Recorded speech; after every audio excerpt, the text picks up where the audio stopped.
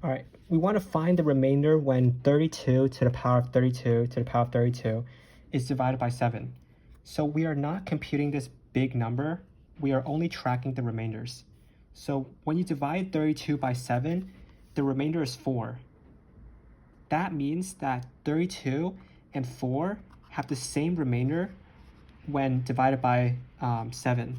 So for this problem, the powers of 32 behave the same as the powers of 4 when divided by 7. Our problem now is, what is the remainder of this when it's divided by 7? Let's look at the powers of 4 divided by 7. So 4 to the power of 1, the remainder is going to be 4. 4 to the power of 2, that's 16. 16 divided by 7 gives a remainder of 2. And then 4 to the power of 3 gives a remainder of 1. 4 to the power of 4 gives a remainder of 4. So the exponent, this is a 3-step cycle where it repeats every 3 steps. Now let's focus on what this 32 to the power of 32 does. It doesn't change the cycle. It only tells us which step here the cycle we're letting on. And so since this cycle is 3 steps, we care about what happens when this exponent is divided by 3, meaning where it lands when grouped by 3.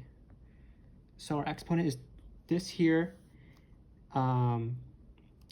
Here's the key connection. 32 divided by 3 is the same as 2 divided by 3. It leaves the same remainder. So the remainder is the same, right, as 2 to the power of 32 divided by 3. So instead of tracking this many steps, we can track this many steps because they will land us in the same position up here as these both will land us in the same position up here when divided by 3. So now if we evaluate this 2 to the power of 32, we see 2 to the power of 1 gives us a remainder of 2. 2 to the power of 2 gives us a remainder of 1.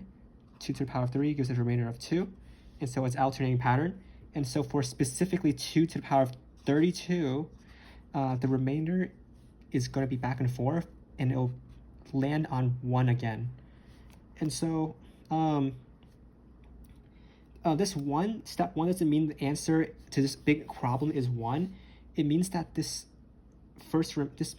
means that we're actually on the first position in this original one here. So